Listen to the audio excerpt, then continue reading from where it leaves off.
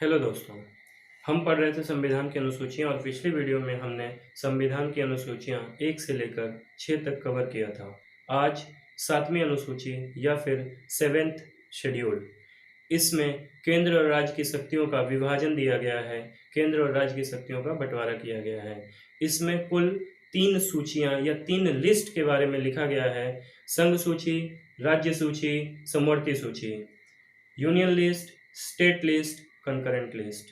Union list या संघ सूची में कुल 97 ऐसे विषय दिए गए थे जिन पे केंद्र सरकार या संघ सरकार कानून बना सकती है।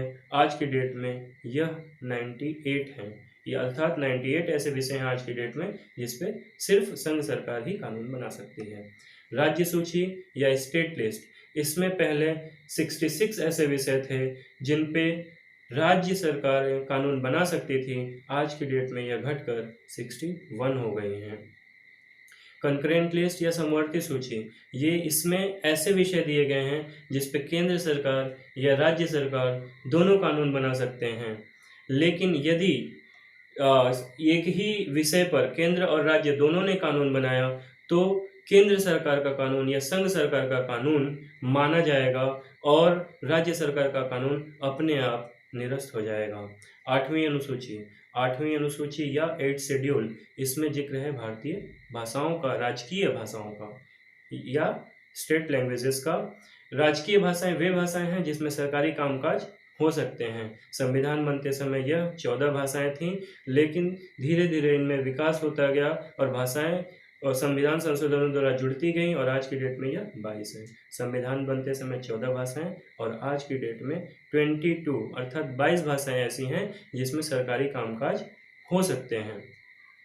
अब हम देखते हैं कि किन किन संविधान संशोधनों द्वारा कब कब भाषाएं इसमें जोड़ी गई। अब तक कुल 3 बार ऐसा हुआ है जब संविधान में की 8वीं अनुसूची में राजकीय भाषाएं जोड़ी गई हैं और कुल 8 भाषाएं जोड़ी गई हैं। पहली बार 1967 में सिंधी भाषा जोड़ी गई 21वें या 21st संविधान संशोधन के द्वारा। दूसरी बार 1992 में 71st या 71वें संविधान संशोधन द्वारा 3 भाषाएं जोड़ी गई, नमक, नेपाली, मणिपुरी और कोंकणी।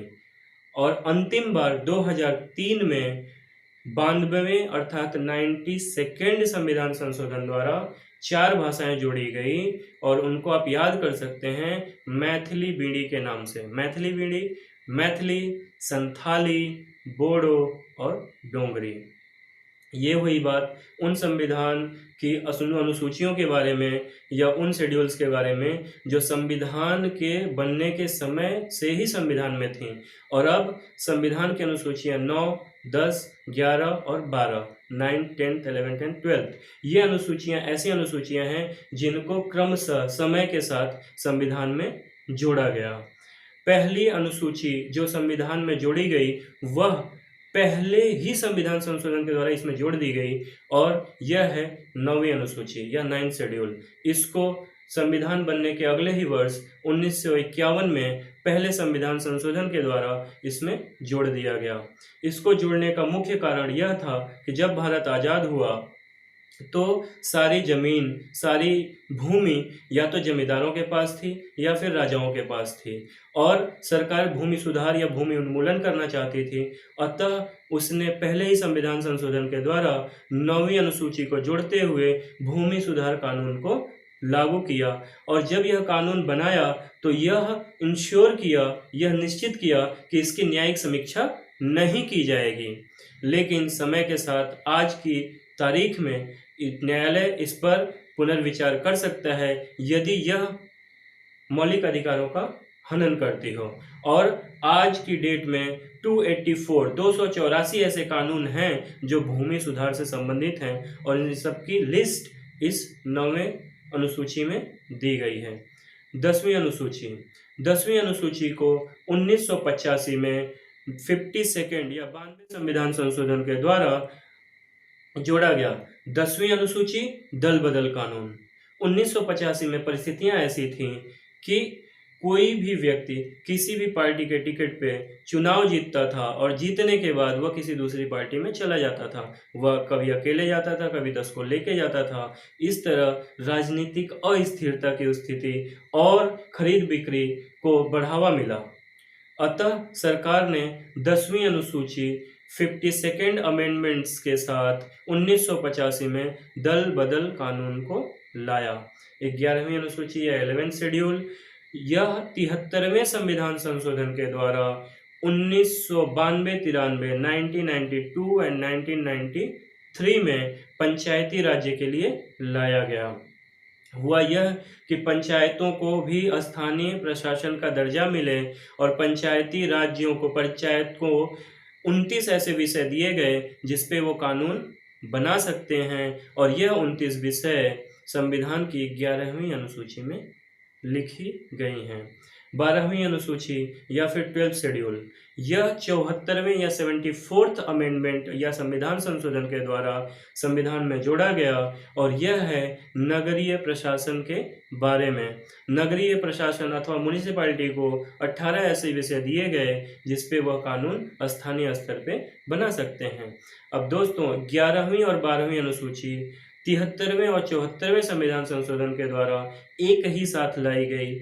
यह 1992 या 1992 को पुटअप किया गया और अगले वर्ष 93 में इसका ये कानून बन गया और इसको पारित कर दिया। दोस्तों अब हम देखेंगे कि विभिन्न प्रतियोगिता परीक्षाओं में कैसे प्रश्न आते हैं। प्रश्न आता है कि 12वीं अनुसूची किस संविधान संशोधन द्वारा लाई गई? 74वां। 11वीं अनुसूची किस संविधान संशोधन द्वारा लाई गई? 73वां। 10वीं अनुसूची 52वां। 9वीं अनुसूची पहला संविधान संशोधन। इसमें पूछा जाता है कि 12वीं अनुसूची में नगर प्रशासन के लिए कितने विषय निर्धारित किए गए हैं? तो 18। 11वीं अनुसूची में ग्राम पंचायत या पंचायती राज के लिए कितने विषय निर्धारित किए गए हैं? तो 29। 11वीं अनुसूची किसके संबंध में है? तो पंचायती राज्य के संबंध में। 12वीं अनुसूची किसके संबंध में है? तो नगर प्रशासन के संबंध में। किस सन में आई थी? तो कहीं 92 मिलता है, कहीं 93 मिलता है, तो जो होगा वो उस पर टिक कर दीजिएगा। अभी 10वीं अनुसूची किससे संबंधित है? दल बदल कानून से। 9वीं अनुसूची किससे संबंधित है? भूमि सुधार अधिनियम से।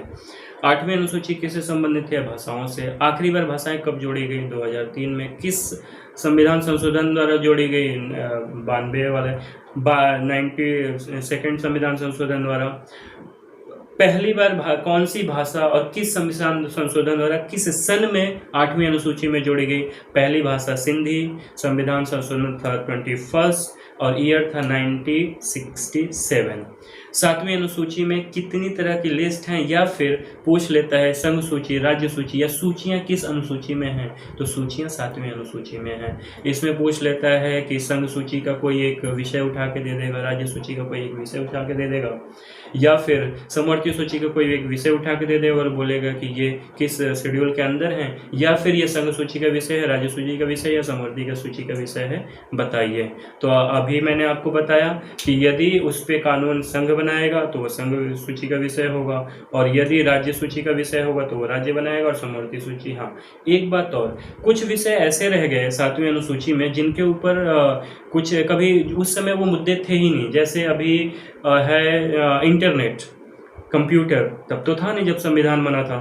तो ऐसे कुछ मुद्दे जैसे अभी साइबर बुलिंग है, फिशिंग है, ये टर्म्स तब थे ही नहीं, तो इनके ऊपर कौन बनाएगा? तो ऐसा कोई भी मुद्दा जिसके बारे में अभी ज्ञात नहीं है लेकिन फ्यूचर में ऐसा कोई भी विषय आता है तो उस पे नियम बनाने का अधिकार संघ को होगा। मुझे आशा है कि ये लेक्चर आपको पसंद आया होगा। यदि पसंद आया होगा तो इसको ज़्यादा से ज़्यादा शेयर करें, चैनल को सब्सक्राइब करें, लाइक और कमेंट करें। आपके कीमती समय के लिए आपका बहुत बहुत धन्यवाद।